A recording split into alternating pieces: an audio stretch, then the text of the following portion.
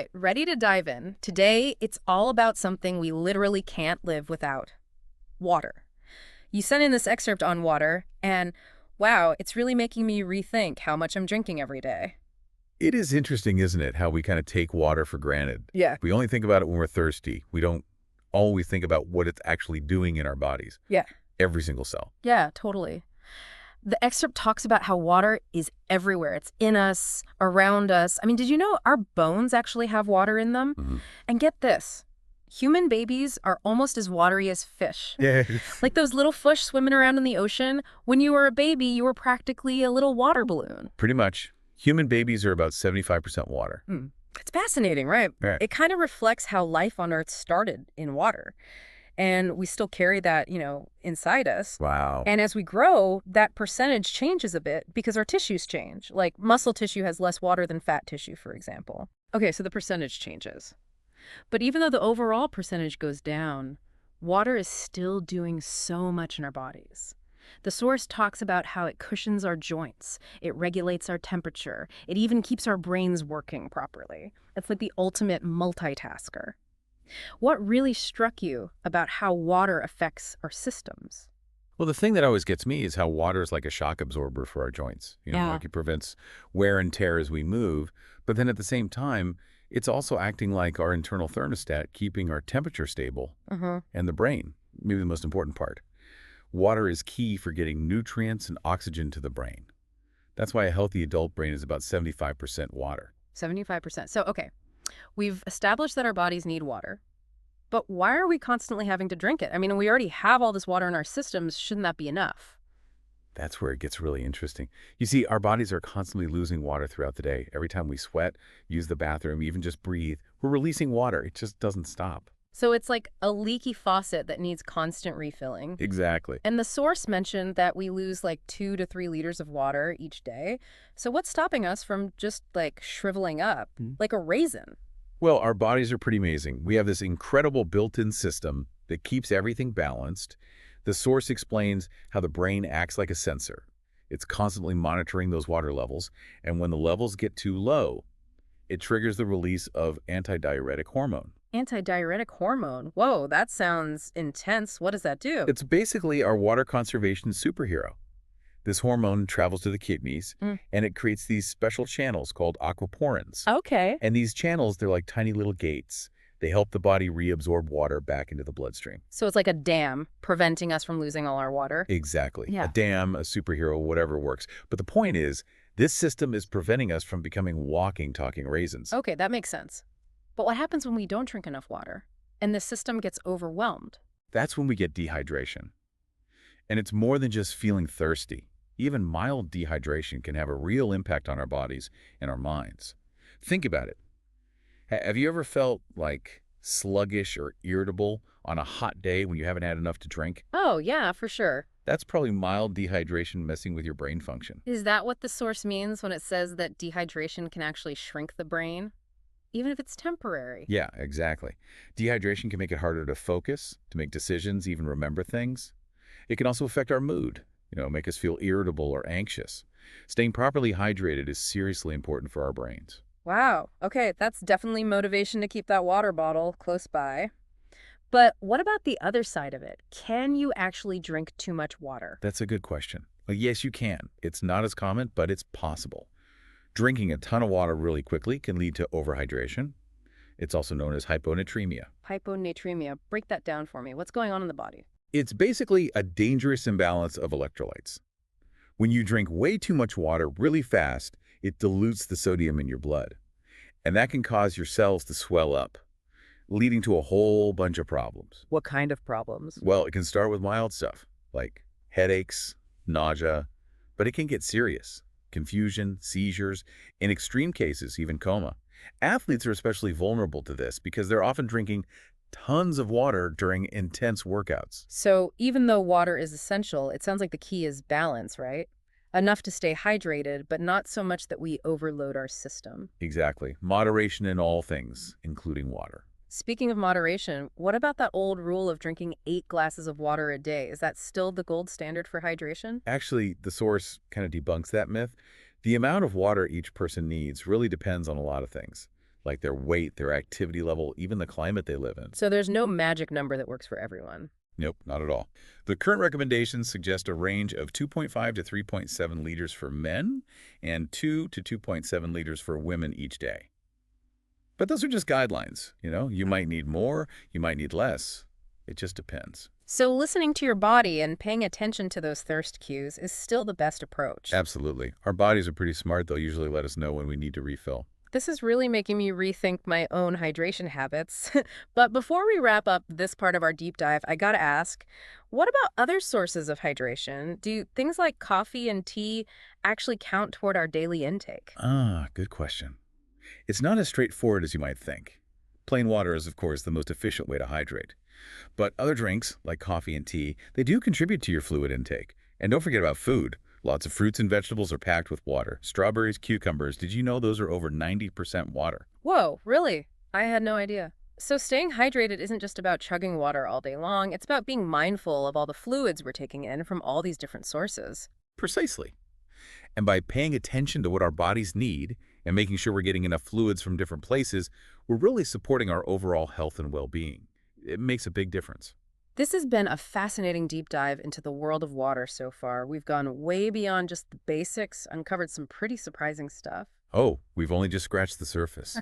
There's so much more to explore about water and how it impacts our lives. Can't wait to learn more. Stay tuned for part 2 of our deep dive, where we'll be looking at the potential long-term benefits of proper hydration, and of course, even more fascinating facts about this incredible substance. Welcome back to our deep dive on water. I'm already feeling more hydrated just thinking about everything we talked about in part 1. The source mentioned some pretty interesting long-term benefits of staying properly hydrated. Like, what can you tell us about that? Yeah, that's a really fascinating area. There's a lot of research going on right now, and some of the findings are pretty amazing. For example, some studies are showing that optimal hydration might actually lower the risk of stroke. Wait, really? Just from drinking enough water? How does that even work? It seems like maintaining good hydration keeps our blood vessels healthier and helps them to function better. And that can reduce those blockages that can lead to a stroke. That's incredible. Yeah. That something as simple as drinking water could have such a big impact on our health, like our cardiovascular health. Right. Are there other potential benefits that we should know about long term? There is some evidence that suggests proper hydration might play a role in managing diabetes. Oh, interesting. Diabetes. I never really thought about how water would be connected to blood sugar levels. Yeah, it's not an obvious connection. But our bodies need water to process glucose, Right. which is the sugar our cells use for energy. Okay. And when we're dehydrated, our kidneys have to work harder to filter out waste products. I see. And that can interfere with how our bodies regulate glucose. So staying hydrated can actually help support healthy blood sugar levels by taking some of the strain off our kidneys. So it's like water is a support system for our kidneys, especially for people with diabetes. That makes Right. a lot of sense. Earlier, we talked about the dangers of dehydration and how it can actually shrink the brain temporarily. But the source also mentioned a possible link between hydration and cancer risk. Yeah, that's an area where we need more research. Okay. But some studies have shown a potential connection there. Interesting. It's thought that proper hydration might help dilute potential carcinogens in the body and just generally support healthier cells, Yeah. which could reduce the risk of certain cancers, potentially. So it sounds like we're still learning a lot about all the ways that water can impact our long-term health. Definitely. But it's definitely a compelling reason to pay attention to our hydration. For sure. I'm all in. I'm ready to make hydration a priority. But I'll be honest, sometimes I just forget to drink enough water throughout the day. What would you recommend for people like me who could use a little extra help in that department? I think a lot of people struggle with that. It's easy to get busy and forget to drink. But the good news is there are tons of strategies that you can try. Something as simple as keeping a reusable water bottle with you can make a big difference. Yeah. Just having it there, visible. Yeah. A reminder, you can also set reminders on your phone Oh, that's a good idea. to drink water regularly throughout the day. I'm definitely a visual person. So having that water bottle within reach would probably help a lot. What about for those times when plain water just feels boring? Are there ways to make staying hydrated more enjoyable? Absolutely. Yeah. I mean, you can totally jazz up your water routine. Have you ever tried infusing your water? Hmm. Like with slices of fruit, cucumbers, fresh herbs? Yeah. It's a great way to give your water a little flavor boost. I love that idea. Yeah. And sparkling water is a good option too, Right. especially if you like the bubbles. Yeah. And don't forget herbal teas. They can be a really delicious and healthy way to stay hydrated. Those are all fantastic suggestions. I think I'm Yeah. going to try that fruit infusion thing. It's like a little reward while I'm taking care of myself. Exactly. This deep dive has been so eye-opening. It has. We've learned so much about the importance of water and all the ways it can impact our health, from the essential roles it plays in our body to the potential long-term benefits. It really is amazing. To think that something so basic I know. can have such a profound effect on our well-being. It is pretty incredible. But we're not quite finished yet. There's still more to uncover about this amazing substance. I'm excited to see what else we'll learn in the final part of our deep dive. Welcome back. We're on the final part of our deep dive into all things water. I gotta say, I'm feeling pretty inspired to up my hydration game after everything we've been talking about. I think that's a great takeaway from all this. We often don't really think about our hydration levels as we go about our day, but even being a little dehydrated can have a bigger impact than we realize. Right, like that brain shrinkage thing. Definitely not something I want to experience. Exactly. And it's not just the immediate effects. Remember at the end of part 2, I asked you to think about how being more mindful of your water intake could actually change your day-to-day life, physically, mentally. What are your thoughts on that now? Honestly, I think it's so easy to underestimate the power of something as simple as water. But all this research, it really suggests that it could be a game changer. More energy, better focus, even improved mood and physical performance, just by staying hydrated. I think you nailed it. It Yeah. really can be such a simple but powerful way to boost our overall well-being. And like we talked about, there's more and more evidence that proper hydration can have those long-term benefits for our health too. Yeah, it's like we're investing in our future selves just by making sure we drink enough water. So let's say someone's listening to this and they're feeling a bit overwhelmed by all this info. What's the one key message you want them to take away from our deep dive? If I had to boil it all down to one sentence, I'd say water is so much more than just a drink. It's truly fundamental to our health, and it's a key to unlocking our full potential, physically and mentally. I love that. It's simple, it's powerful, and it really gets the point across. Water is essential for us. So for our listeners out there, if you're feeling ready to make some changes, where would you recommend they start? Well, I think a great first step is just becoming more aware of your own habits around hydration. Think about it. Are you drinking enough water throughout the day? Are you reaching for sugary drinks when maybe water would be a better choice? Once you get a sense of where you're at, you can start making small adjustments. Even small changes can make a big difference in the long run. That's a really good point. It's not about changing everything overnight, right? Just small, sustainable steps towards better hydration. Maybe keep a water bottle nearby.